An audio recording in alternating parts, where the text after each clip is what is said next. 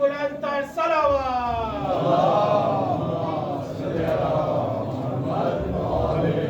برائے خوشنود یہ ظہور امام زمانہ بلند تر صلوات.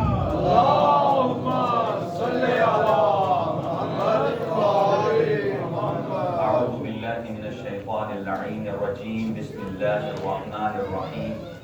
الحمد لله رب العالمين، والصلاة والسلام والتحية والإكرام على سيدنا ونبينا وشفيع ذنوبنا وطبيب نفوسنا ورحمة العالمين أبي القاسم مصطفى محمد. اللهم صل على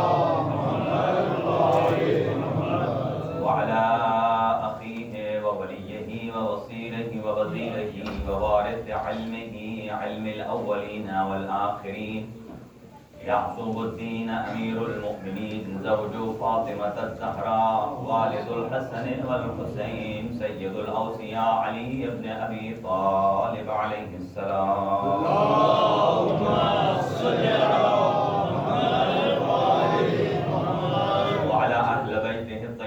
الطاهرين المعصومين المنتخبين المنتجبين الذين أذهب الله عنهم الرجس وطهرهم تطهيرا.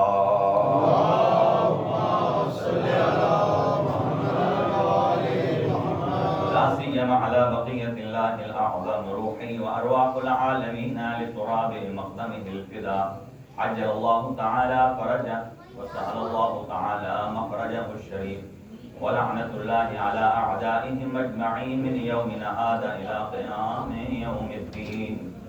أما بعد فقد قال الإمام الحسين عليه الصلاة والسلام: إني لم أخرج أشرا ولا بطرا ولا ظالما ولا مفسدا، إنما خرجت لطلب الإصلاح في أمة جدي، أن أعمر بالمعروف وأنهى عن المنكر وأسير بسيرة جدي وأبي علي بن أبي طالب عليه السلام.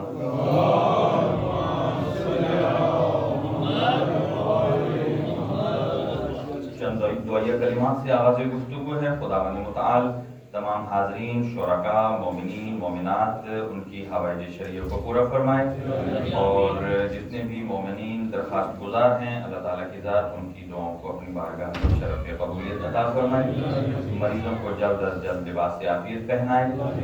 خاص طور سے بچی مہروش زہرا جو کہ ذوالفقار حیدری صاحب کی بچی ہیں، اللہ تعالیٰ کی ذات ان کو شفا نصیب فرمائے. ایک ان کا آپریشن ہے، اللہ ہر قسم کی مصیبتوں اور بلیات سے محفوظ اور معمون فرمائے. اسی طرح برادر عامر صاحب کی بھابھی ہیں اور ایاز علی صاحب ہیں، ایک اور مومنہ ہیں مرحوم بدر بخاری صاحب کی اہلیہ، اور جناب سید ظہیر نقوی صاحب اور جناب برادر نادر حسین صاحب. تمام جتنے مومنین ہیں ان سب کو شفائے کامل و عاجل عطا فرمائے. اور آج کا تبرک جو ہے وہ برادر محترم جناب جمال صاحب اور ان کے جو شرکاء ہیں، ان کے دوست احباب ہیں، ان کی طرف سے ہے. اللہ تعالیٰ کی ذات ان تمام کے مال و رزق میں برکت عنایت فرمائے اور ان کی جملہ مشکلات آسان فرمائے. برادر جمال حسین صاحب کو شفائے کامل و عاجل نصیب فرمائے، اور جتنے بھی شہدائے مکتب تشیع ہیں، شہدائے پارہ چنار ہیں، ان کے تمام مرحومین ہیں، اللہ تعالیٰ ان تمام مرحومین اور شہداء کے درجات بلند فرمائے اور ان کے درجات عالی ہیں متعالی فرمائے، اور وہاں اس سرزمین کی حفاظت کے لیے اللہ پروردگار عالم غیب سے مدد اور محافظت فرمائے اور ان سب کا ہمیں دست بازو کرنے کی توفیق عنایت فرمائے. اور ایک اور مومن نے درخواست دعا کی ہے، ان کی کچھ معاملات مشکلات ہیں، اللہ تعالیٰ کی ذات ان کی مشکلات کو ان کے حق میں تمام فرمائے، اور اس ادارے کے معاونین جو حال حیات ہیں ان کی توفیقات میں اضافہ فرمائے، اور جو اس جہان فانی سے جا چکے ہیں ان کے درجات بلند فرمائے، اور دام درہم سخن قدمے جتنے افراد تعاون کر رہے ہیں اللہ تعالیٰ کی ذات اس کو اپنی بارگاہ میں قبول و منظور فرمائے. اپنی دعاؤں کی استجابت کے لیے اور امام زمان اجل اللہ تعالیٰ فرجہ الشریف کے جلد ظہور کے لیے بابا سے بلند صلوات پر محمد.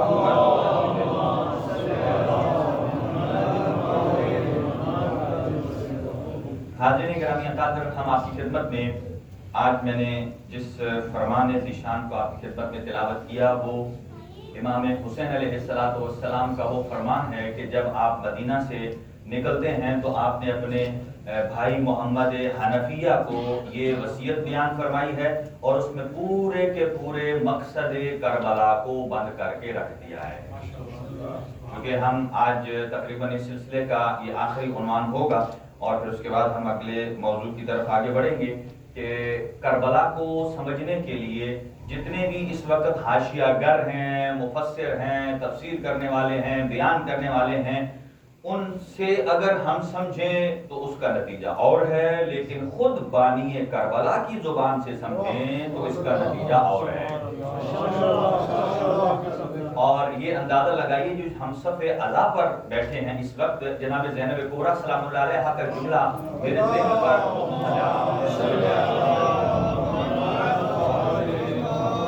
2-3 دن سے بار بار وہ اتر رہا ہے. 2-3 دن سے جناب سیدہ زینب کبریٰ سلام اللہ علیہا کے خطبے کا ایک جملہ ہے، اس میں وہ آپ ارشاد فرماتی ہیں کہ واللہ انی لأری الارض والسماوات یملأ الارض بذکر ابی عبداللہ الحسین.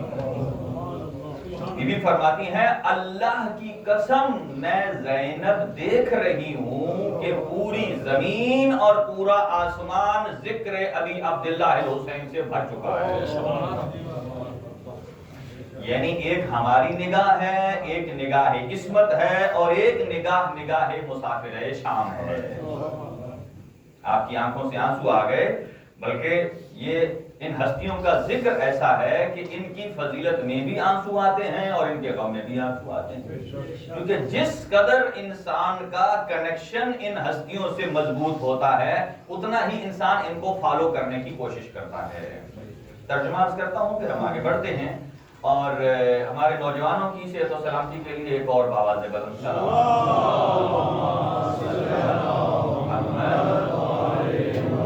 یہ کربلا کا حسن ہے کہ کربلا انبیاء کے لیے بھی ایک اسوہ ہے. کربلا انبیاء کے لیے ایک اسوہ ہے. جیسے میں نے ایک روایت درج کی تھی کہ ما من نبی الا وقد زار من کربلا، کہ کوئی نبی ایسا نہیں جو زمین کربلا سے نہ گزرا ہے. اب ایک اور کوشچن ہے، کیا وہ گزشتہ زمانے میں گزر گئے، ختم ہو گیا قصہ؟ کہا نہیں. وہ سارے کے سارے انبیاء آج تک سرزمین کربلا سے گزر رہے ہیں. جب شب جمعہ آتی ہے تو ملائکہ مقربین کے ساتھ انبیاء کرام علیہ السلام آسمان سے جوک در جوک گروہ کی شکل میں اترتے ہیں اور سید الشہداء کی قبر پہ آ کر سلام پیش کرتے ہیں. اور کیوں سلام پیش کرتے ہیں؟ ہر نبی سلام پیش کر کے کہتا ہے اے حسین، آپ زیارت میں جملہ پڑھتے ہیں وہ اس کے نیچے ہے میرا خیال ہے، السلام علیک یا وارث آدم صفوت اللہ. اے حسین جو آپ حضرت آدم کے وارث ہیں. السلام علیک یا وارث نوح نبی اللہ، حضرت نوح کی نجیت کے وارث ہیں. السلام علیک یا وارث ابراہیم خلیل اللہ، ابراہیم خلیل خدا کے وارث ہیں. السلام علیک یا وارث اسماعیل ذبیح اللہ، تمام کے تمام انبیاء کے وارث ہیں. اس کا مطلب ہے کہ وہ سارے انبیاء کیوں سلام کرتے ہیں ذریعے اقدس امام حسین پر؟ اس لیے سلام کرتے ہیں کہ وہ سلام پیش کر کے کہتے ہیں اے حسین اگر آپ نہ ہوتے تو ہماری محنت نہ بچتی. حضرت آدم کہتے ہیں اگر میری صفوت کو بچایا ہے تو حسین ابن علی آپ نے بچایا.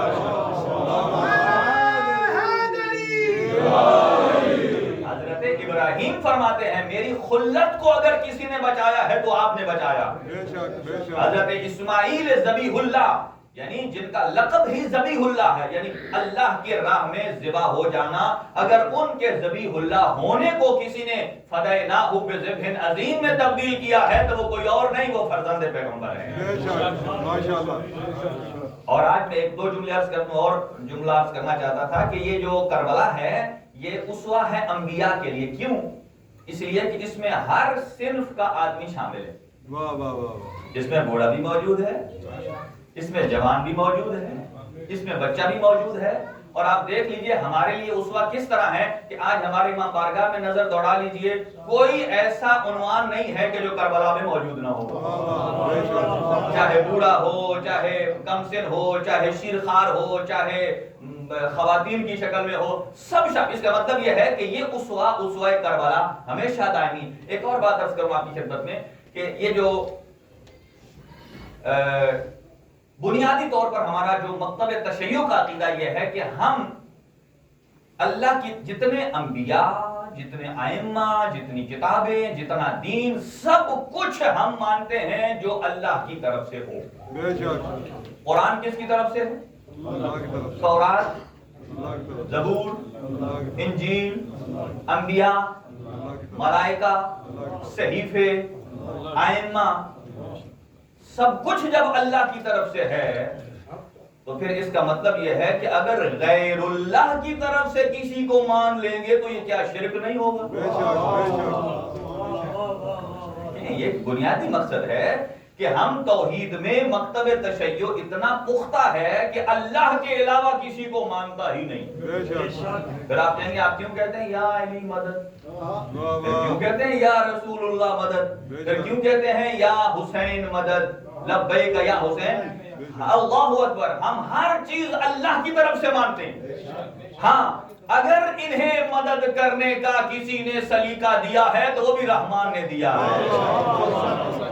اگر اللہ نے کسی کی شفاعت کا حق دیا ہے ان ہستیوں کو تو وہ بھی اللہ پروردگار عالم نے دیا۔ ہم ان ہستیوں کو اللہ کے طول میں مانتے ہیں، عرض میں نہیں۔ طول کیا ہوتا ہے؟ لمبائی۔ عرض کیا ہوتا ہے؟ چوڑائی۔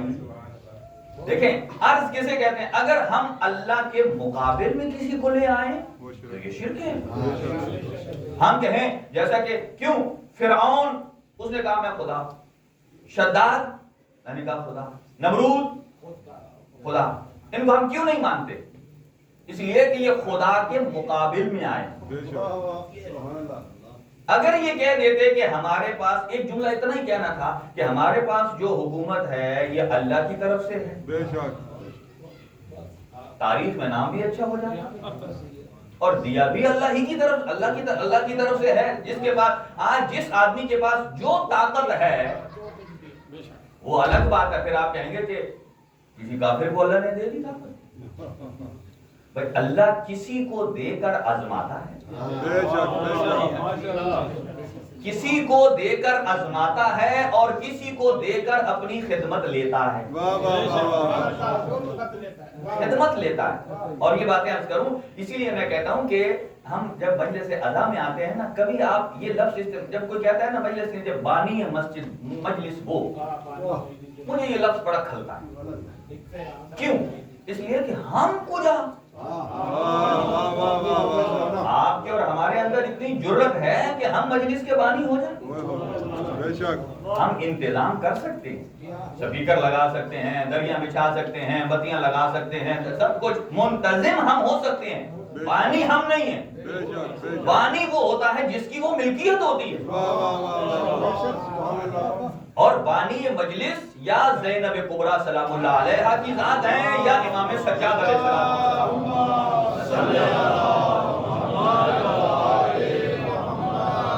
اسی لیے چونکہ یہ ہم کبھی یہ نہ سوچئے ہم آئیں گے تو مجلس ہوگی، یہ ہمارے عقائد کے خلاف ہے۔ کبھی یہ نہیں سوچنا کہ ہماری وجہ سے مجلس ہو رہی ہے، بلکہ اس جملے کو اگر الٹ دیں تو وہ زیادہ اچھا ہے، ہماری وجہ سے مجلس نہیں ہے بلکہ مجلس کی وجہ سے ہم ہیں۔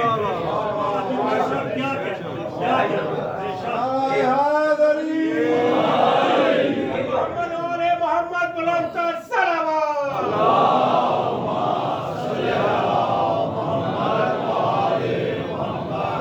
ہمارا وجود یہ مجلس کی برکت سے ہے۔ دیکھیں مجلس کی ایک برکت یہ ہے کہ صف اذا ہم سب کو متحد کر دیتے، یعنی نہیں معلوم کسی کو کون کہاں ہے، مجلس سے سید الشہداء ڈھونڈ کر پہنچ جاتا ہے۔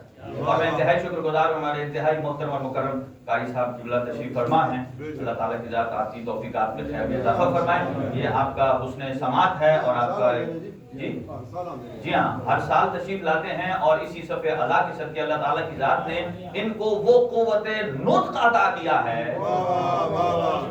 یہ شہنشاہ وفا حضرت ابوالفضل عباس کی شان میں جو منقبت پڑھتے ہیں یقیناً وہ لاجواب ہے. اللہ تعالیٰ کی ذات آپ کی توفیقات میں مزید اضافہ فرمائے.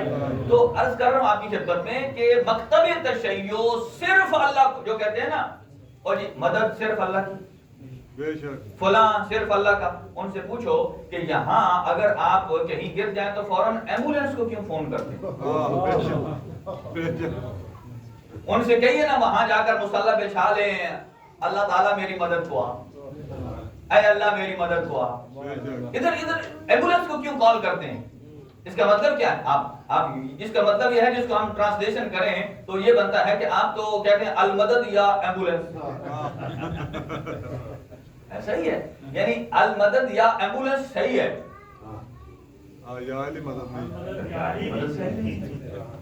یہ اور بات ہے. کیوں جو لوگ کہتے ہیں یا علی مدد صحیح نہیں؟ اس لیے کہ علی کے علاوہ کسی کو یہ اختیار ہی نہیں ہے کہ وہ کسی کی مدد کرے.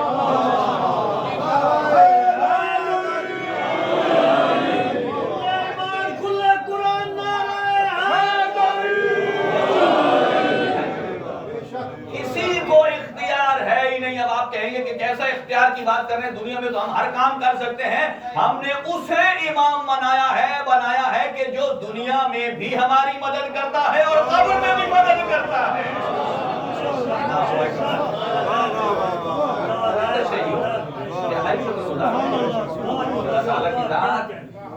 ہم سب کے قلوب کو اور اذہان کو اہل بیت کی معرفت سے منور فرمائے.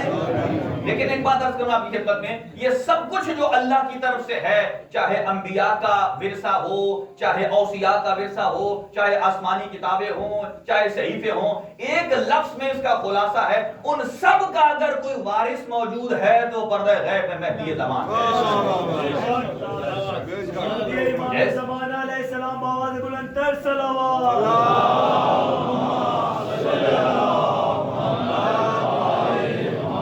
چلیں آج کے حالات کے مطابق ایک بات کرتا ہوں کہ کہیں کسی آدمی نے قرآن مجید کی توہین کی ہے اور اس کے حق میں بہت سارے مینیفیسٹیشن ہوئے ہیں، مظاہرے ہوئے ہیں، لوگوں نے قرآن بھی ہاتھ میں اٹھایا.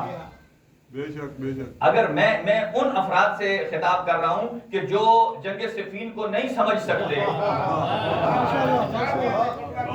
یعنی جو کچھ ہم بیان کرتے ہیں شاید آپ کو وہ نہ آپ کے دماغ میں بیٹھتا ہو، لیکن اب سمجھ لیجئے ہم بھی یہی کہتے ہیں کہ حضرت عمار کو آپ صلی اللہ علیہ وآلہ وسلم نے فرمایا تھا، اے عمار آپ کو ایک ایسا گروہ قتل کرے گا جو باغی گروہ ہے.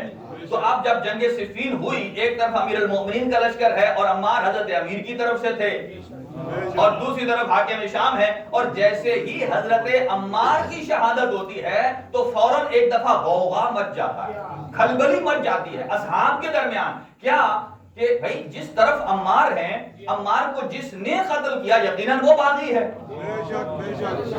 سب نے کہا وہ باغی ہے، اور انہوں نے اس پراپیگنڈے کو خاموش کرنے کے لیے معاویہ نے کیا کیا؟ قرآن کو نیزے پر بلند کیا، گویا قرآن کی توہین کی. اس کا مطلب یہ ہے کہ اگر آج بھی کوئی قرآن کی توہین کر رہا ہے تو اہل اسلام کے دل پر کتنی تکلیف ہوتی ہے. تو گویا جس کے دل میں تکلیف ہوتی ہے وہ قرآن کی حمایت میں ہے، چاہے وہ آج ہو چاہے جنگ صفین میں ہو. اس کا مطلب یہ ہے کہ وہاں بھی تو ویسے ہی مسلمان امیر المومنین کے ساتھ تھے کہ جب قرآن کی توہین ہو رہی تھی تو یہی احتجاج کر رہے تھے.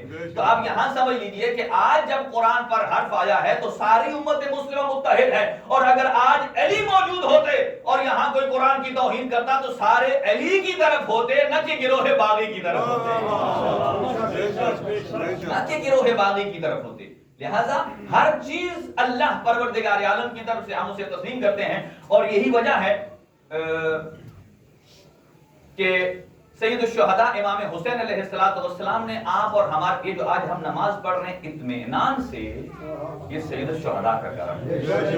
ہم جو قرآن مجید کی تلاوت کر رہے ہیں سید الشہداء کی عنایت. خانہ کعبہ کا جو طواف ہو رہا ہے، چلیں ایک اور قرآن کی آیت سناتا ہوں. ارشاد خداوندی ہے اذا حیجتم بتحیۃ فاحسنوا منها اور ردوها. قاری صاحب تصدیق فرما رہے ہیں کہ قرآن مجید فرماتا ہے کہ اگر کوئی آدمی آپ کو تحفہ دیتا ہے، ایک تحفہ دیتا ہے، تو آپ کیا کریں؟ تحفہ لے کر چپ کر کے بیٹھ جائیں؟ ہاں تحفے کا انداز یہ ہے کہ شکریہ کے طور پر آپ اس کو تحفہ دیں. بے شک کیسا تحفہ دیں؟ قرآن نے 2 صورتیں بیان کی ہیں. یا کم از کم اتنا ردو جتنا انہوں نے دیا ہے، یا او احسن منہا، یا اس سے اچھا. بے شک بے شک آپ اور ہمارے لیے حکم ہے کہ جب کوئی آپ کو تحفہ دے تو آپ یا اس جتنا دیں یا اس سے اچھا دے. یا اس سے اچھا دے. مثلا کوئی آدمی کسی کو کسی عید پر اگر کوئی 50 یورو کا گفٹ دیتا ہے تو جب دوسرا ہے وہ اس کو یا 50 کا دے، یہ کم از کم. بے شک اگر زیادہ دے تو وہ 100 کا دے. یہ آپ اور ہم ہیں. بالکل. اب کئی لوگ مسکرا رہے ہیں، ان کے پاس ایک فارمولا آ گیا ہے کہ کسی بندے سے 100 لینے کے لیے پہلے 50 دے دو. یہ حسن سماعت ہے کہ بیٹھے بیٹھے تجارت ہو گئی، 50 دے دو 100 آ گیا. اور کیا؟ اور سنیے، اب یہ تو ہے آپ اور ہمارے لیے. اگر کوئی اللہ کو دینا چاہے تو اللہ پلٹ کر کیا دے گا؟ ہم اور آپ تو محدود ہیں، اللہ تعالیٰ کی ذات لا محدود ہے. اور قرآن مجید میں بھی اللہ تعالیٰ کی ذات ارشاد فرما رہی ہے. اور کیا ارشاد خداوندی ہے؟ من ذا الذی یقرض اللہ قرضا حسنا. کون ہے جو اللہ کو اپنا مقروض بنا لے؟ یہ جتنے افراد نظر نیاز تبرک کرتے ہیں نا وہ سنیں کہ من ذا الذی یقرض اللہ قرضا حسنا، کون ہے جو اللہ کو اپنا مقروض بنائے. یہاں تو بینک قرضہ دیتا ہے جس کے پاس ٹو مچ منی ہے، یا کسی بندے کے پاس ہے تو وہ کسی کو صدقہ وہ قرضہ حسنہ دے دیتا ہے. تو اللہ تعالیٰ کی ذات کو کون قرضہ دے؟ واہ واہ واہ. میں کہوں گا کہ ورلڈ بینک بھی شاید اس سے لیتا ہو. بے شک. دیکھیں اللہ کی ذات سے کون قرضہ اللہ کو مقروض کر سکتا ہے؟ قرضدار سارے ہیں. ہمارے پاس جو طاقت کی دولت ہے یہ اللہ کی، بے شک. سماعت کی دولت اللہ کی ہے، بصارت کی دولت اللہ کی ہے. ہم سارے اللہ کے مقروض ہیں، لیکن اللہ کو کیسے مقروض بنائیں؟ اب سنیے، جب اللہ تعالیٰ کی ذات نے فرمایا کوئی کسی کو تحفہ دے تو اس سے بڑھ کر دے یا اتنا دے. اور اگر کوئی اللہ کو تحفہ دے تو اللہ یقیناً اس سے بڑھ کر دے گا. واہ واہ واہ واہ. تو امام حسین علیہ السلام نے اللہ پروردگار عالم کو 4 تحفے عطا کیے. اور دیکھیں ریوارڈ کے طور پر اللہ نے کیا عطا کیا ہے؟ سید الشہداء نے مکہ کی سرزمین کو چھوڑ کر خانہ کعبے کی حفاظت اور بقا کا تحفہ اللہ کو عطا کیا. ایک. نمبر 2، قرآن مجید کو بچا کر اللہ تعالیٰ کو قرآن مجید کا ہدیہ عطا کیا، یہ زبان حال میں ہے. اور تیسرا، نماز کی حالت میں شہادت دے کر نماز کو بچا کر اللہ کو ہدیہ عطا کیا. اور چوتھی چیز، اللہ کی توحید کو بچایا حسین ابن علی. اب کیا کیا اس کا جواب ہو سکتا ہے؟ تو یقیناً امام حسین نے خانہ کعبہ کو چھوڑ کر کس لیے چھوڑا مکہ کو؟ اس لیے کہ حرمت خدا پامال نہ ہو. حرمت خدا کی بقا اگر کسی نے رکھی ہے تو سید الشہداء نے رکھی ہے. تو اللہ پروردگار عالم نے اسی ہدیے کا اگر ریوارڈ دیا ہے تو کیا دیا ہے؟ کعبے میں آپ کیا کرتے ہیں؟ حاجی جب کعبے میں جاتا ہے تو کعبے کا طواف کرتا ہے. اس کا مطلب یہ ہے جب کعبے کا طواف کرتے ہیں تو آپ کی نگاہ مسلسل خانہ کعبے پر رہتی ہے، آپ کی نگاہ کا مرکز خانہ کعبہ ہے. تو اللہ پروردگار عالم نے حسین ابن علی کو کعبے کی حفاظت میں وہ انعام عطا کیا ہے. اے حسین، اگر تو نے مجھے کعبہ بچا کر دیا ہے تو میں پوری کائنات کی حاجات کو تیرے گرد میں چکر لگا دوں گا. یعنی کہ، اور یہ میں حدیث عرض کر رہا ہوں، حدیث کا ترجمہ ہے، فرمایا کہ اللہ پروردگار عالم نے 3 انعام عطا کیے ہیں سید الشہداء کو شہادت کربلا کے نتیجے میں. اور میں سے پہلا انعام کیا ہے؟ وَجَعَلَ الْإِجَابَةَ تَحْتَ قُبَّةِ الْحُسَيْنِ، کہ اگر کسی کی کوئی دعا ہو جو قبہ حسین ابن علی روضے کے اندر کھڑا ہو کر دعا مانگتا ہے تو ایسا ممکن نہیں ہے کہ اس کی دعا رد ہو جائے. ممکن ہی نہیں ہے دعا رد ہو جائے. اچھا مجھے یہ بتائیے، حسین ابن علی، دیکھیں ہر آدمی جب سفر پر جاتا ہے تو 22 کلومیٹر کے بعد اس کی نماز قصر ہو جاتی ہے. شرط یہ ہے کہ 10 دن کا قصد نہ ہو یا اس کا اپنا وطن نہ آئے. تو مجھے بتائیے، سید الشہداء جو مدینہ سے گئے، سید الشہداء کا قیام کتنا رہا کربلا میں؟ 2 محرم کو پہنچے، 10 کو شہادت ہوئی. آیا 10 دن پورے تھے؟ اگر 10 دن پورے ہوتے تو سید الشہداء کی نماز وہاں تمام ہوتی. بے شک بے شک یعنی مکمل ہوتی، ظہر اور عصر اور عشاء کی نماز 4 رکعتی مکمل ہوتی، بے شک اور اس سے کم قصر۔ اللہ اکبر، کیا اللہ نے انعام عطا کیا ہے! اللہ نے حسین ابن علی کے روضے کو ہر آدمی کے گھر کا مقام عطا کیا ہے۔ وہاں آپ کو اختیار ہے، چاہے آپ قصر نماز پڑھیں چاہے تمام پڑھیں، جس کیفیت میں بھی نماز پڑھیں اللہ تعالیٰ کی ذات آپ کی اس نماز کو قبول کرے گا۔ دیکھیں، آپ اپنے گھر میں ہیں، اگر آپ قصر نماز پڑھیں گے نہ صرف یہ کہ قبول نہیں ہوگی، گناہ ہوگا۔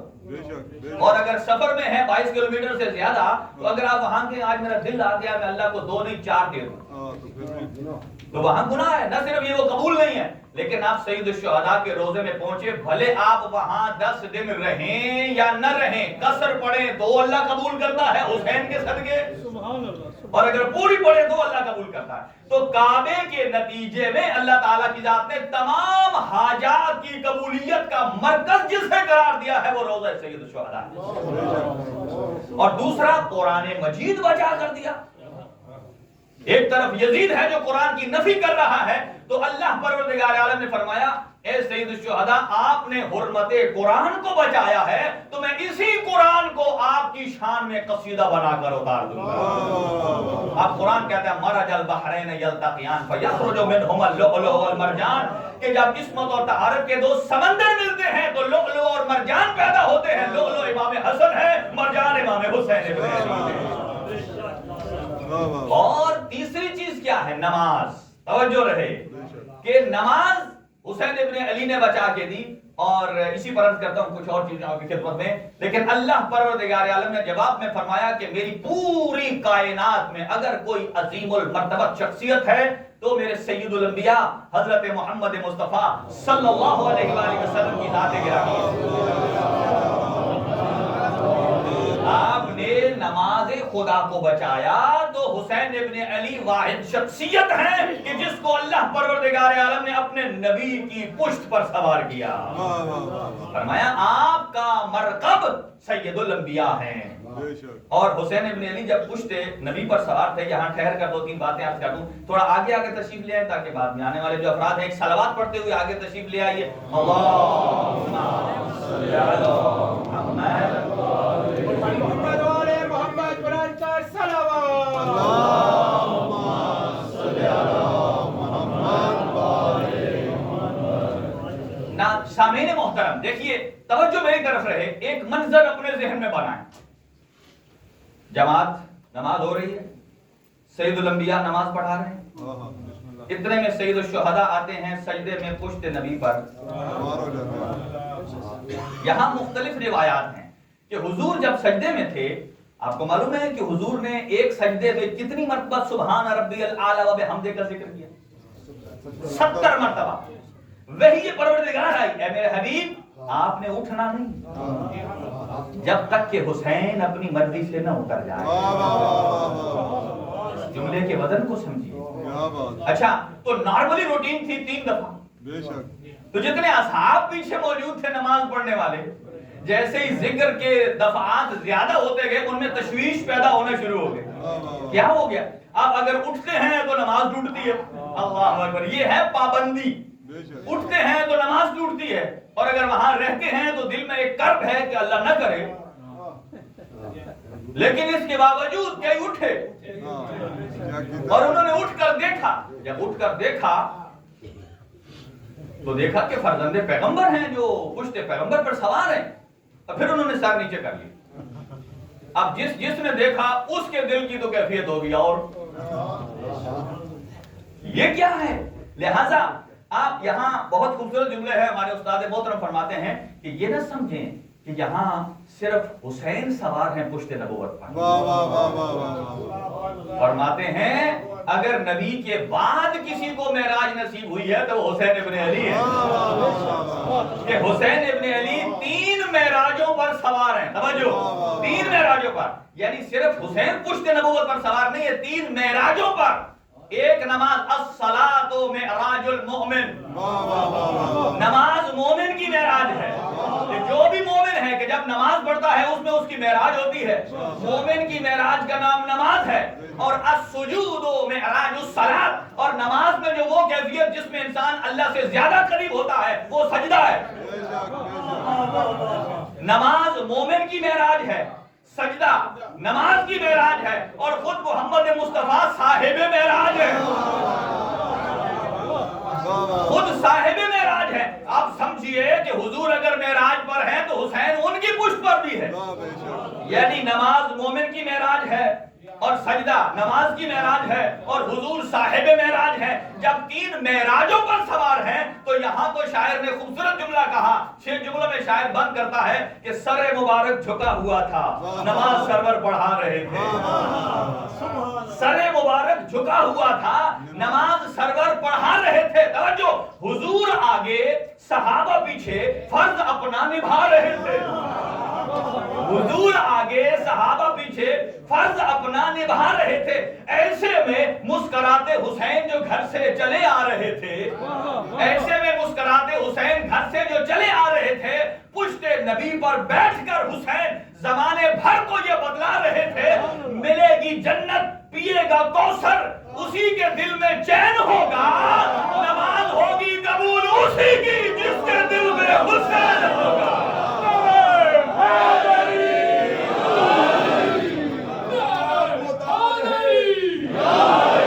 نماز محتاج ہے وقتاں دی، ہر وقت نماز حسین دی۔ آپ ایک رسول نے سجدے وچ اتے پشت سوار حسین ہے، تلے خجر نماز ادا کرن دا دتا خاص پیغام حسین ہے۔ دین دا بخت نماز ہے بھی تے نماز دا بخت حسین ہے۔ نعرہ توجہ سامعین محترم، اب یہاں ایک دقیق نقطہ عرض کروں، اور وہ یہ ہے کہ حضور کی پشت پر جب سید الشہداء سوار تھے تو حضور نے، اب اسی لیے یہاں ایک جملہ عرض کروں، کئی افراد کہتے ہیں کہ نماز اور عزاداری مقابلہ کرا دے، کیا مقابلہ بنتا؟ قطعاً نہیں۔ کیوں؟ سنیے، اس لیے کہ حق کبھی حق سے ٹکراتا ہے،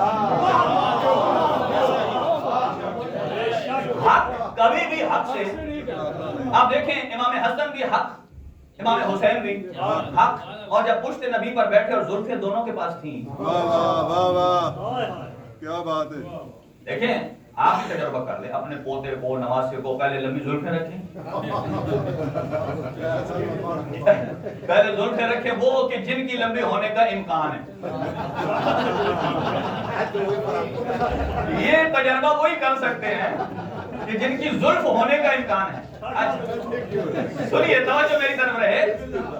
دیکھیں نا، ہماری خوابیں بھی اور ہوتی ہیں، اہل بیت کے خواب بھی اور ہوتے ہیں۔ بے شک بے شک۔ ہم اپنی خوابوں کو، اپنے آپ کو ان سے، ایک آدمی کو ٹائم وقت نہیں ہے، ایک آدمی کو خواب آیا اور ایک جگہ گئے، 3-4 دوست تھے آپس میں، تو انہوں نے کہا کہ کسی جگہ اچھا کھانا تھا یا اچھی چیز تھی، کہا اس نے کہ ہے ایک آدمی کا، بندے 4 ہیں، کریں کیا؟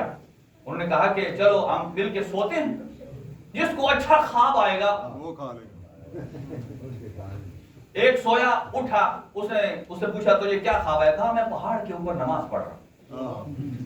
اتنا اونچا؟ دوسرا اٹھا، تو کیا کر رہا ہے؟ کہا میں 7ویں آسمان پر نماز پڑھ رہا ہوں۔ تیسرے سے پوچھا، اس نے کہا میں تو سدرۃ المنتہا بھی تھا۔ اب چوتھا سن رہا ہے، اس سے اوپر تو وہ مقام نہیں ہے۔ اس سے پوچھا تو نے کیا کیا؟ اس نے کہا وہ کھانے کی خوشبو اتنی تھی کہ مجھے نیند ہی نہیں آئی، میں وہ کھا گیا۔ مراد جس کے اہلیت، جو زلفیں جس کی ہو سکتی ہے، وہ تجربہ کر لے، اپنے بچوں کو دونوں کو بیٹھا لے، وہ بازار جب لے کر جائے گا نا تو ایک ادھر کھینچے گا، دوسرا ادھر کھینچے بے گا، شک یعنی یہ تنابیں کبھی اکٹھی جڑیں گی نہیں، بے شک۔ لیکن یہ جس مقام پر جڑی ہے وہ صرف 2 شہزادے ہیں۔ اسی لیے حضور نے فرمایا الحسن والحسین امامان قاما او قعدا، میرے دونوں بیٹے امام ہیں، قیام کرے 2 امام ہیں، قعود کرے 2 امام ہیں۔ گویا فرمایا اگر دائیں کو جانا ہے تو جو مرضی حسن کی ہے وہی حسین کی ہے، اور اگر جو مرضی بائیں جانا ہے حسین کی ہے وہی مرضی حسن کی۔ لہذا سید الشہداء جب پشت نبی پر ہیں، توجہ میری طرف رہے، اب دیکھیے نبی نے یہ نہیں کیا کہ حسین کی وجہ سے نماز کو توڑ دیں، توجہ رہے، کہ امام حسین کو سنبھالنے کے لیے اپنی نماز توڑ دیں، ایسا کیا نہیں کیا. اور اس کا الٹ بھی نہیں کیا. کیا کہ نماز کو بچانے کے لیے امام حسین کو اتار دیں. یہ میسج ہے کہ حق کبھی حق سے نہیں ٹکراتا. نماز بھی حق ہے, عزاداری بھی حق ہے. اور یہ بات یاد رکھیے, کسی نمازی کی نماز قبول نہیں جب تک وہ عزادار نہیں, اور کسی عزادار کی عزاداری قبول نہیں جب تک وہ نمازی نہیں.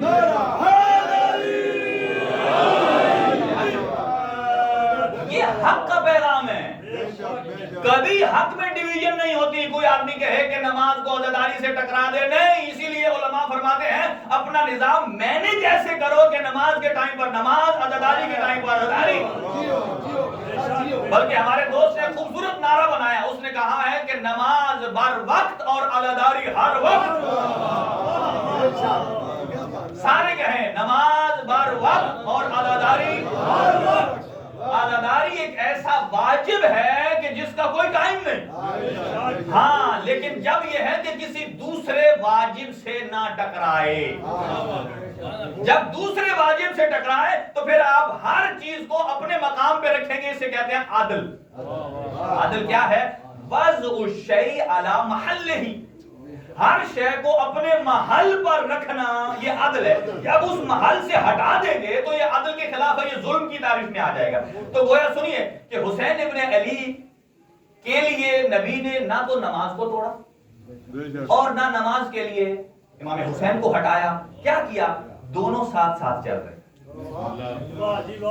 حسین ابن علی بھی سوار ہیں, نماز بھی ہو رہی ہے. اگر آپ کسی کو سوار کر لیں پلان کر کے تو آپ کی اور ہماری نماز باطل ہو جائے گی. کیوں ہو جائے گی؟ اس لیے کہ بطلان نماز میں سے ایک شرط یہ ہے کہ آپ ایسی حالت میں نہ ہوں کہ دیکھنے والا کہے کہ یہ حالت نماز میں نہیں ہے. اس لیے کہ آپ اگر اپنے بچے کو پشت پہ سوار کر لیں گے اس مطلب یہ آپ اپنے بچے کو کھلا رہے ہیں. آپ نماز کے اس سنجیدہ عمل سے باہر نکل گئے ہیں. لیکن یہ آپ اور ہمارے لیے ہے. یہ حضرت محمد مصطفیٰ صلی اللہ علیہ وآلہ وسلم بانی شریعت کے لیے نہیں ہے. ہاں جی, بانی اب پشت پر سوار تھے. نہ حسین ابن علی کے لیے نماز کو چھوڑا اور نہ نماز کے لیے حسین کو چھوڑا. یہاں سے کیا درس ملتا؟ درس یہ ملتا ہے کہ وہ نمازی جس کے دل میں محبت حسین نہیں ہے. دیکھیں, نماز باطل ہونے میں سے ایک چیز یہ ہے, اگر آپ کسی دنیاوی امر کے لیے روتے ہیں, توجہ رہے, اگر آپ نماز پڑھ رہے ہیں اور مثلا آپ کو اس دن کوئی جھٹکا لگا ہوا ہے, کسی آدمی نے کوئی دکان لوٹ لی ہے یا کسی کی گاڑی چوری ہو گئی ہے اور اس کو کہے نماز پڑھے, تو پہلی تو بات یہ ہے کہ ہمارے ہاں آج کل تو جس کی گاڑی اٹھ جائے وہ نماز کی طرف تو آتا ہی نہیں. قرآن کہتا ہے وَاسْتَعِینُوا بِالصَّبْرِ وَالصَّلَاةِ کہ نماز سے اور روزے سے مدد مانگو تو تمہارے کام آسان ہو جائیں. تو ایسی کیفیت میں یا کسی کا کوئی فوت ہو گیا عزیز, وہ نماز میں اگر روتا ہے دنیاوی امر کے لیے تو اس کی نماز باطل ہے.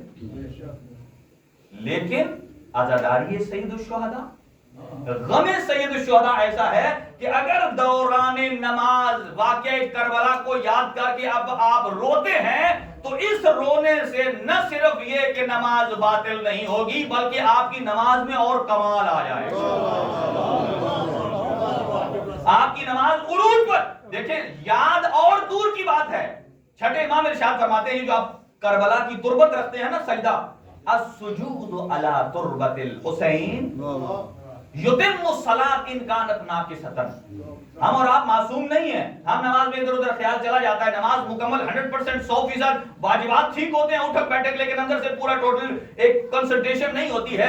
تو نماز میں جو کمی رہ جاتی ہے, اگر آپ خاک کربلا پر سجدہ کریں گے تو اس خاک کربلا کی کوالٹی یہ ہے کہ آپ کی نماز میں رہی صحیح ساری کمی کو پورا کر دے. تو خاک کربلا کا یہ اثر ہے جو آپ کی نماز کی کمی کو پورا کر دیتی ہے. تو خود سید الشہداء کا ذکر وہ تو معراج تک پہنچا دیتا ہے انسان کو. لہذا دونوں چیزیں ساتھ ساتھ چلنی چاہیے. یہاں نماز پہ بات آئی ہے تو میں صاحب سے پہلے ایک اور بات عرض کرتا چلوں. اسی لیے ہم زیارت سید الشہداء میں ایک جملہ پڑھتے ہیں, اشہد انک قد اقمت الصلاۃ وآتیت الزکاۃ وامرت بالمعروف ونہیت عن المنکر. اے میرے آقا ہم گواہی دیتے ہیں کہ آپ نے نماز کو قائم کیا، آپ نے زکوٰۃ کو ادا کیا، آپ نے نیکی کا حکم دیا، آپ نے برائی سے روکا۔ اب یہاں دیکھیے سید الشہداء اقامت الصلاۃ قائم امام حسین نے کی تو اس کی حفاظت کون کرے گا؟ امام حسین علیہ السلام شہداء کربلا کتنے ہیں؟ 72 میں سے سنیے نماز کی اگر سید الشہداء نے 72 میں سے 2 شہید صرف نماز کی حفاظت کے لیے دیے۔ اس جملے پر کون نعرہ لگائے گا؟ یہ جملہ نعرے والا ہے کہ اتنی اہمیت کہ 2 بندے سید الشہداء نے نماز کی حفاظت کے لیے قربان کیے ہیں۔ نماز کی حفاظت کے لیے ایک سعید ابن جبیر ہے اور ایک اور ہے۔ چونکہ کربلا ہمیں عادت نہیں سکھاتی، اطاعت سکھاتی۔ بہت سارے کام ہم اب کئی ہمارے خود ساختہ احترام ہوتے ہیں، مثلا ماہ محرم شروع ہوا داڑھی نہیں کٹواتے، شیو بڑی ہوئی چھوڑ دیں گے، عاشور گزرے کے بعد میں کٹوائیں گے۔ یہ آپ نے کیسا احترام کیا؟ کیا ان 10 دنوں میں وہ جو آپ نے حلال کیا اس سے پہلے جو حرام تھا اس کے بعد بھی حرام ہے، ان دنوں میں معافی ہو جائے گی؟ کسی صورت میں نہیں ہے۔ لہذا بہت سارے خود ساختہ ایسے ہمارے کئی افراد فون کر کے پوچھتے ہیں صاحب دکان کھول لیں،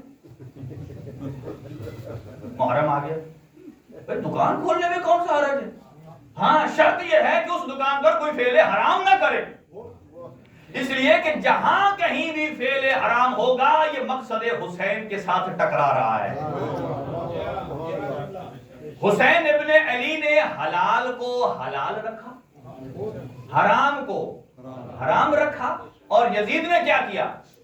حرام کو حلال کیا، حلال کو حرام کیا۔ تو جو آدمی حلال کو حرام کر رہا ہے وہ تو مقصد حسین سے ٹکرا رہا، یا اس کے اپوزٹ۔ اس کا مطلب یہ ہے، اب دیکھیں یہ مقصد کیا، امام حسین کا جو مقصد کربلا ہے وہ اور ہمارا ایک جیسا ہے یا الگ الگ ہے؟ آپ مجھے بتائیے ہمارے یزید سے کیا دشمنی؟ اس لیے کہ اس نے مولا حسین پر ظلم کیا، خاندان اہل بیت پر ظلم کیا ہے، شہادت دی ہے۔ امام حسین کو یزید سے کیا دشمنی تھی؟ اس وقت امام شہید بھی نہیں ہوئے تھے، سوچیں تھوڑی دیر کے لیے۔ اس وقت تو ابھی تک تو کچھ ہوا نہیں ہے، سید الشہداء مدینے میں ہے، لیکن پہلے قیام میں آپ نے بیان فرما دیا انی لم اخرج اشرا ولا بطرا، اور جیسے ہی بیعت طلب کی گئی تو فرمایا کیسے میں بیعت کر سکتا ہوں؟ ہوا رجل فاسق والفاجر والزانی والظالم والشارب، کہ میں اس کی بیعت کیسے کر سکتا ہوں؟ امام نے فرمایا وہ فاسق بھی ہے، وہ فاجر بھی ہے، وہ زانی بھی ہے، وہ شرابی بھی ہے، وہ فسق بالفجور بھی کرنے والا ہے۔ اس کا مطلب یہ ہے کہ یہ وہ تمام کے تمام امور ہیں جو شریعت سے ٹکرانے والے ہیں۔ تو حسین ابن علی کی اس سے کیا دشمنی تھی؟ اس لیے کہ وہ حضور سرور کائنات کی سنت سے ہٹ گیا، شریعت سے ہٹ گیا تھا۔ لہذا ہمارا مقصد بھی وہی ہونا چاہیے، چونکہ جس وجہ سے امام حسین نے یزید سے دشمنی کی ہے ہمارا بھی وہی مقصد ہے۔ حسینیت زندہ باد، حسینیت زندہ باد، یزیدیت مردہ باد، یزیدیت مردہ باد۔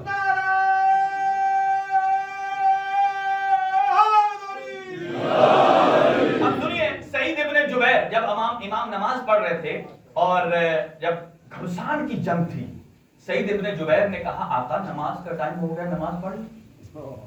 اچھا یہاں 2 باتیں سنیے، جنگ صفین تھی، گھمسان کی جنگ۔ مولا علی نے آسمان کی طرف دیکھا، اپنے اصحاب سے کہا اور خاص طور سے مالک اشتر سے، مالک اشتر نماز کا اول وقت ہو گیا۔ مالک نا آقا گھمسان کی جنگ ہو رہی ہے، نماز کی آپ بات کر رہے ہیں؟ حضرت نے جواب میں ایک جملہ کہا مجھے یہ بتاؤ کہ ہم یہ جنگ کر کس لیے رہے ہیں؟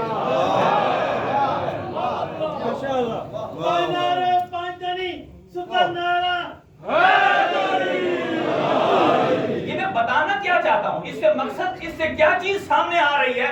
یعنی آئمہ جب نبرد آزما ہوتے ہیں تو اسی نماز کے لیے کس لیے کر رہے ہیں؟ انہوں نے اتنی زحمتیں اٹھائیں اس نماز کو بچانے کے لیے، تو ہمارے اوپر فریضہ یہ بنتا ہے کہ ہر شیعہ حیدر کرار جو کچھ بھی ہو جائے کم از کم اس کا نماز فریضہ قضا نہیں ہونا چاہیے. یعنی پہلی شرط تو یہ ہے. اچھا، تو وہاں مولا علی نے فرمایا اصحاب سے، اس کے بعد آپ لوگوں نے نماز پڑھی. ادھر کربلا میں دیکھیں مولا نے نہیں فرمایا، صحابی نے کہا. فرق دیکھیں دونوں طرف. اگرچہ بات تھوڑی مشکل ہے، اس پر تو کبھی کوئی نعرہ نہیں مارتا اور امید بھی نہیں ہے. جیسے یہ ہمارے مکتب کا شعار ہے نعرہ، یہ نعرہ ثواب سمجھ کے مارا کرے. جب ہم کہتے ہیں نا نعرہ تکبیر، نعرہ رسالت، نعرہ حیدری، یہ کیا ہے؟ یہ مکتب تشیع کا عقائد ہے کہ اللہ کی وحدانیت ہے، نبی معظم کی نبوت ہے، ائمہ کی امامت ہے. سنیے، وہاں امیر المومنین فرما رہے ہیں اور ادھر صحابی کہہ رہا ہے. یعنی وہ کام جو وہاں صفین میں معصوم امام کر رہے ہیں، کربلا کی جنگ میں وہی کام صحابی کر رہا ہے. اب یہاں سے علماء بیان کرتے ہیں، اس کا مطلب یہ نہیں کہ امام حسین علیہ السلام، یہاں یہ کمپیریزن نہیں ہے، قطعاً ایسا نہیں ہے. آپ دیکھیں کہ گریجویلی امام حسین، اسی لیے تو امام حسین نے فرمایا کہ جو اصحاب مجھے ملے ہیں ایسے اصحاب نہ میرے نانا کو ملے. یہ کیوں کہا؟ اس سے کوئی حضور سرور کائنات کی کمی نہیں ہو رہی ہے. ایسے جیسے اصحاب میرے بابا کو نہیں ملے ویسے مجھے ملے. فرق کیا ہے؟ توجہ رہے کہ جنگ صفین میں امام نے فرمایا اور یہاں صحابی. آئی کیو لیول بلند ہو گیا. امام گویا ائمہ نے تربیت کر کے اصحاب کو اس مقام تک پہنچا دیا کہ اب صحابی یہ کام کرنے لگے ہیں. تو علماء فرماتے ہیں اس کا نتیجہ یہ ہے، چونکہ جنگ صفین میں جو موجود تھے وہاں امام نے اس لیے کہا، اور جتنے شرکاء تھے انہیں پتا تھا ہم جنگ لڑیں گے تو ممکن ہے ہم جنگ جیت جائیں اور ممکن ہے کہ ہم مر جائیں. دونوں آپشن تھے کہ چاہے ہم بچ گئے یا مر جائیں گے. گویا بچنے کی سب کو زیادہ توقع ہوتی ہے، کہا ہوئی تو بچ گئے تو پڑھ لیں گے. فرمایا جو میرے ساتھ کربلا میں موجود تھے انہیں سب کو یقین تھا کہ ہم نے بچ کر نہیں جانا، ہم رکاب حسین ہو کر دنیا میں جانا، کہ ہم نے یہاں سے بچ کے جانا ہی نہیں ہے. اتنا یقین تھا. اور حسین ابن علی نے، وقت تیزی سے بڑھ رہا ہے کیونکہ کل بھی مدینہ سے روانگی کے مسائل نہیں زیادہ پڑھ سکا میں، کیونکہ یہ تو دل کا ارمان رہ جاتا ہے. کیونکہ یہ ایام ایسے ہیں کہ جن ایام کی فضا ہی سوگوار ہوتی ہے کہ فضا کے اندر غم اہل بیت نظر آتا ہے ہمیں. لیکن آج ایک صحابی، میں کہوں گا کہ صحابی امام حسین جو چند گھنٹے کا صحابی حضرت حر ابن یزید ریاحی، ان کے چند جملے عرض کرتا ہوں، وقت تیزی سے جا رہا ہے. دیکھیے ہمارے عیسائی دوست ہیں، کربلا سے لے کر شام تک پورے اس سفر میں اگر نبی زادیوں کو کہیں چادریں ملی یا کہیں سکون سے بیٹھی ہیں تو وہ کسی مسلمان کے گھر نہیں بیٹھی، وہ ایک کلیسا اور گرجا میں بیٹھی ہیں. اور جب میں اس بات کو کہتا ہوں اور کرتا ہوں، میرا ایک عیسائی دوست ہے، وہ جب یہ ایسی مجلس ہوتا ہے نا مجھے کہتا ہے آپ نے وہ جملہ پڑھا ہے؟ کہتا ہے کون سا؟ کہا اگرچہ میرا اس مکتب سے کوئی تعلق نہیں ہے لیکن جب آپ یہ جملہ پڑھتے ہیں تو میرا سر فخر سے بلند ہو جاتا ہے کہ اگرچہ ہم مسلمان نہیں ہیں لیکن رسول خدا کی بیٹیوں کو جہاں کہیں اگر سکون میسر آیا تو وہ کلیسا میں آیا. اجرکم علی اللہ. اللہ آپ اگر کسی اہل حرم کے ساتھ اگر سفر پر جا رہے ہوں، اللہ نہ کرے کوئی راستے میں آپ کا راستہ روک لے. اگر آدمی تنہا ہو تو کوئی مسئلہ نہیں ہوتا، لیکن اگر ساتھ اگر بچیاں ہوں، ساتھ بہنیں ہوں، مستورات ہوں، اور اگر کوئی راستہ روک لے نا تو آدمی بہت پریشان ہو جاتے ہیں. اور اگر کوئی راستہ روکنے والا حر ہو، جس کا روکا جا رہا ہے وہ مظلوم کربلا ہو، اور ان کے ساتھ بہنیں علی و بطول کی پروردہ بیٹیاں ہوں، بتائیے حسین کے دل پر کیا گزرا ہوگا. اجرکم علی اللہ. جب 2 محرم کو حسین ابن علی کربلا پہنچے تو عبید اللہ ابن زیاد نے 4000 کا لشکر لشکر تو کربلا بھیجا تھا اور 1000 کا لشکر ہر کو دے کر کوفے کے بارڈر کو سیل کر دیا تھا کہ کوئی آدمی بغیر اجازت کے باہر نہ جائے اور کوئی بغیر اجازت کے اندر نہ جائے، اور ہر کو یہ تاکید کی گئی تھی کہ حسین ابن علی کو کوفہ میں داخل نہیں ہونے دینا۔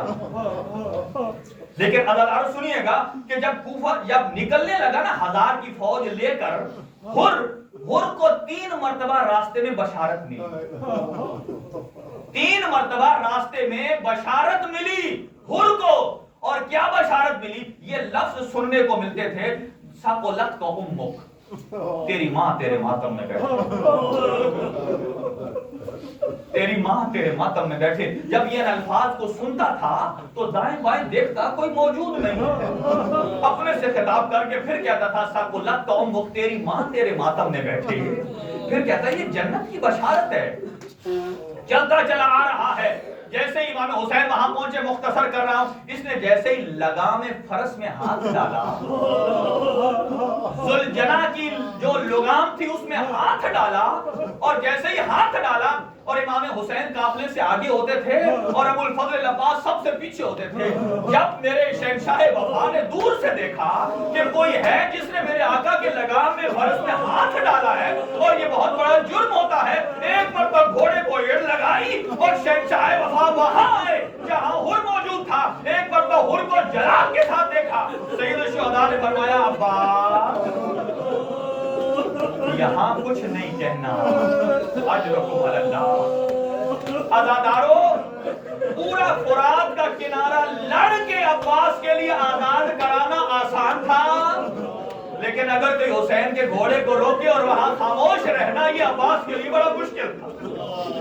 ایک مرتبہ جب مولا عباس کو مولا حسین نے اپنے سینے کے ساتھ لگایا اور تسلی دی، اور حضرت عباس نے ایک جملہ کہا، عزادارو سنیے گا، کہا اے میرے آقا مجھے اتنا تو بتائیے کہ آپ کے بابا نے میری ماں سے نکاح کس لیے کیا تھا؟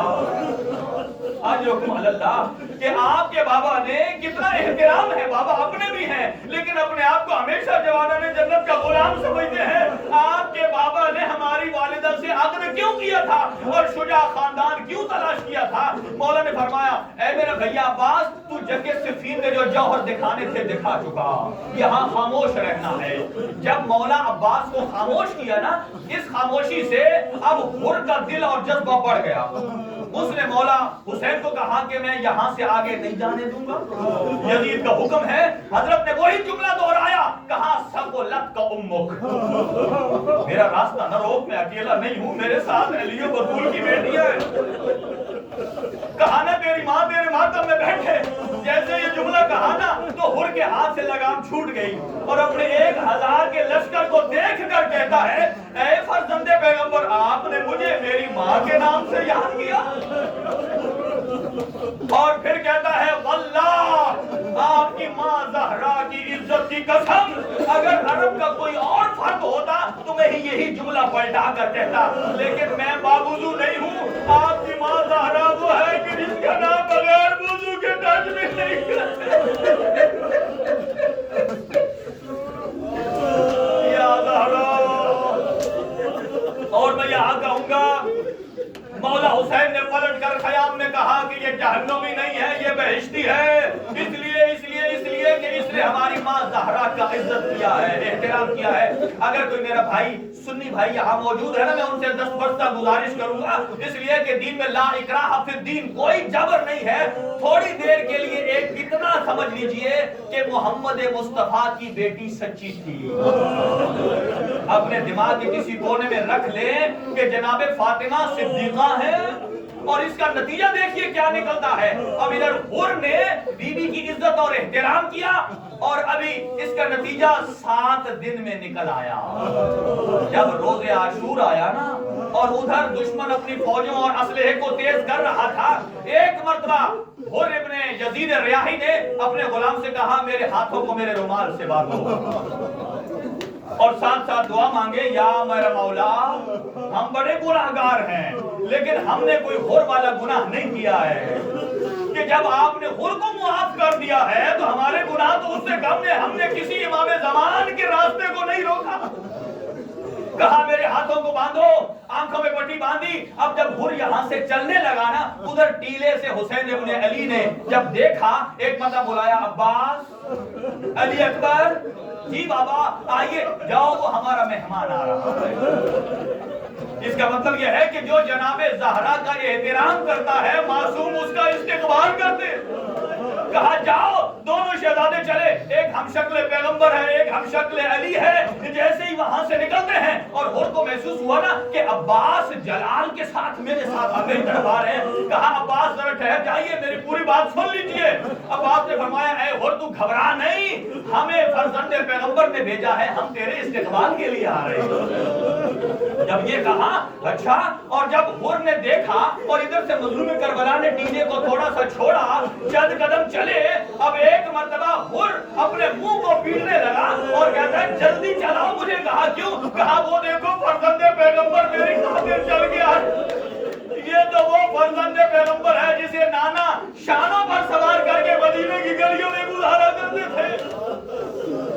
اور جب ایک طرف عباس ہے، ایک طرف علی اکبر ہے، اور حر کو لے کر جب آ رہے ہیں نا، حر اپنے قدم کو تیزی تیزی سے چلا رہا ہے. اور شہزادوں نے کہا ذرا آہستہ چلیے، ذرا آہستہ. کہا فرزند پیغمبر میری طرف آ رہے ہیں. وہ ایک قدم بھی اٹھائے تو حسین حسین ہے. اور ادھر سے جیسے 3 مرتبہ راستے میں گرا اور چوتھی مرتبہ حسین ابن علی کے قدموں پر گرا. جب رو رہا تھا، مولا نے فرمایا اے حر روتا کیوں ہے؟ فرمایا آقا آپ سے بڑا کریم کوئی نہیں ہے اور مجھ سے بڑا کوئی گناہگار نہیں ہے. حل لی نجات، کیا میرے لیے کوئی نجات کا راستہ ہے؟ حضرت نے فرمایا تو ابھی توبہ کر رہا ہے، میں نے تو تجھے اسی وقت معاف کر دیا تھا جب تو نے میری ماں زہرا کی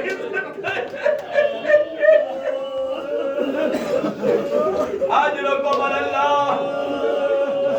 میں نے تو تجھے اسی وقت معاف کر دیا تھا جب تو نے میری ماں زہرا کی عزت کا خیال کیا تھا. عزادارو، اور ایک مرتبہ سنیے گا ایک جملہ، ایک مرتبہ حضرت حر نے کہا آقا میرے اوپر ایک اور مہربانی کیجئے. کہا بول، اب تو یزیدی نہیں ہے، دل کھول کے بول، تو حسینی ہے. کہا اے آقا مجھے یہ بتائیے کہ جب میں نے آپ کے لگام فرس میں ہاتھ ڈالا اور قافلے کو روکا تو وہ بی بی جس نے محمد سے بیعت کیے تھے وہ بی بی کون ہے؟ کہا تو کیوں پوچھنا چاہتا ہے؟ کہا آقا وہ 7 دن ہو گئے ہیں بی بی نے جو بیعت کیے ہیں نا، وہ ابھی تک میرے دماغ پر گھوم رہے ہیں. جب میں آنکھیں بند کرتا ہوں وہی میرے کانوں میں گونجتے ہیں. کہا وہ میری ماں جائی زینب کبریٰ ہے. کہا کیا سنتا ہے؟ کہا بی بی نے کہا اے نانا آپ کے بیٹے کا راستہ آپ کی امت نے روک لیا. اور ایک مرتبہ کہا اے اماں زہرا آپ کی بیٹیوں کا راستہ جنگل کربلا میں روک لیا گیا. کہا آقا ان شہزادیوں سے بھی مجھے ایک معافی کی طلب ہے. امیر المومنین کے بیٹے نے امام حسین نے فرمایا تو یہیں ٹھہر. اب مظلوم کربلا حر کا پیغام لے کر خیام میں جاتے ہیں. اور علی کی بیٹیوں سے کہا وہ جس نے راستہ روکا تھا نا وہ توبہ کا طلبگار ہے، میں نے معاف کر دیا ہے، لیکن وہ آپ سے معافی چاہتا ہے.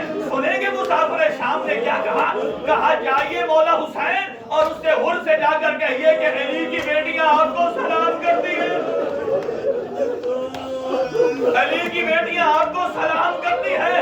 علامہ حسن زیدی صاحب فرمایا کرتے تھے جب مولا حسین نکلے نا، جناب زینب نے اپنے بچوں کو بلایا، اے محمد آؤ اور جاؤ اور اس جگہ کھڑے ہو جاؤ جہاں آپ کے ماموں کھڑے ہیں اور اپنا تعارف کرانا. جب وہ حر پوچھے نا تو کہنا کہ ہماری ماں نے آپ کو بھائی کہا ہے، ماموں کہہ کر سلام کرنا. جب یہ جملے حر نے سنے ایک مرتبہ منہ پیٹا اور کہنے لگا اور فوج اشکیا کی طرف بڑھا. کہا اے ظالموں تم نے محمد مصطفیٰ کی بیٹیوں کو اتنا غریب کر دیا کہ مجھ جیسے غریب کو بھائی اور سلام کہنے لگے. اجرکم اللہ، اجرکم اللہ، اجرکم اللہ. عزادارو، اور جیسے ہی حر نے یہ کام دیکھا مولا سے کہا مجھے اجازت دیجئے میں بغیر کسی گناہ کیے میں میدان میں جانا چاہتا ہوں. مولا جانا چاہتا تھا، ادھر حر کا بیٹا آیا اور حر کا بیٹا اپنے باپ سے کہتا ہے کہ آپ کا امام کون سا ہے؟ کہا وہ سامنے ہے. کہا یہ کیسے؟ کیا انہوں نے تجھے بتایا نہیں ہے کہ اگر کوئی آدمی جنت کو جا رہا ہو تو اگر اپنے بیٹے کا حق کھا کے جا رہا ہو جب یہ چیزیں دیکھی مظلوم کربلا نے بلایا، کیا بات ہے؟ حر نے کانپتے ہاتھوں سے کہا کہ یہ میرا بیٹا ہے اور یہ کہتا ہے کہ اگر باپ جنت لینے جا رہا ہے، شہید ہونے جا رہا ہے، تو اپنے جو باپ کو چیز ملتی ہے پہلے اپنے بچوں کو دیتا ہے۔ چنانچہ آقا اسے بھیجیے۔ حر کا بیٹا گیا، جنگ کی، اور ایک مرتبہ زین ذوالجناح سے جب نیچے آیا، نیاز حسین آخری جملہ سنیے گا، جیسے ہی زین سے ڈھلا اور امام حسین حر سے پہلے اس کی لاش پر ایسے پہنچے جیسے شکاری شکرے پر پہنچتا ہے، اور جب حر وہاں پہنچا کہا آقا آپ مجھ سے پہلے آ گئے۔ یہاں ایک جملہ کہا مظلوم کربلا نے، کہا میرے نانا کی شریعت کا حکم ہے کہ کوئی بوڑھا باپ اپنے جوان بچے کی لاش کو نہ اٹھائے۔ میں کہوں گا آقا یہاں تو حر کو سبق دے رہے ہیں، ابھی 18 سال کا علی اکبر نہ جانے کیسے اکبر کی لاش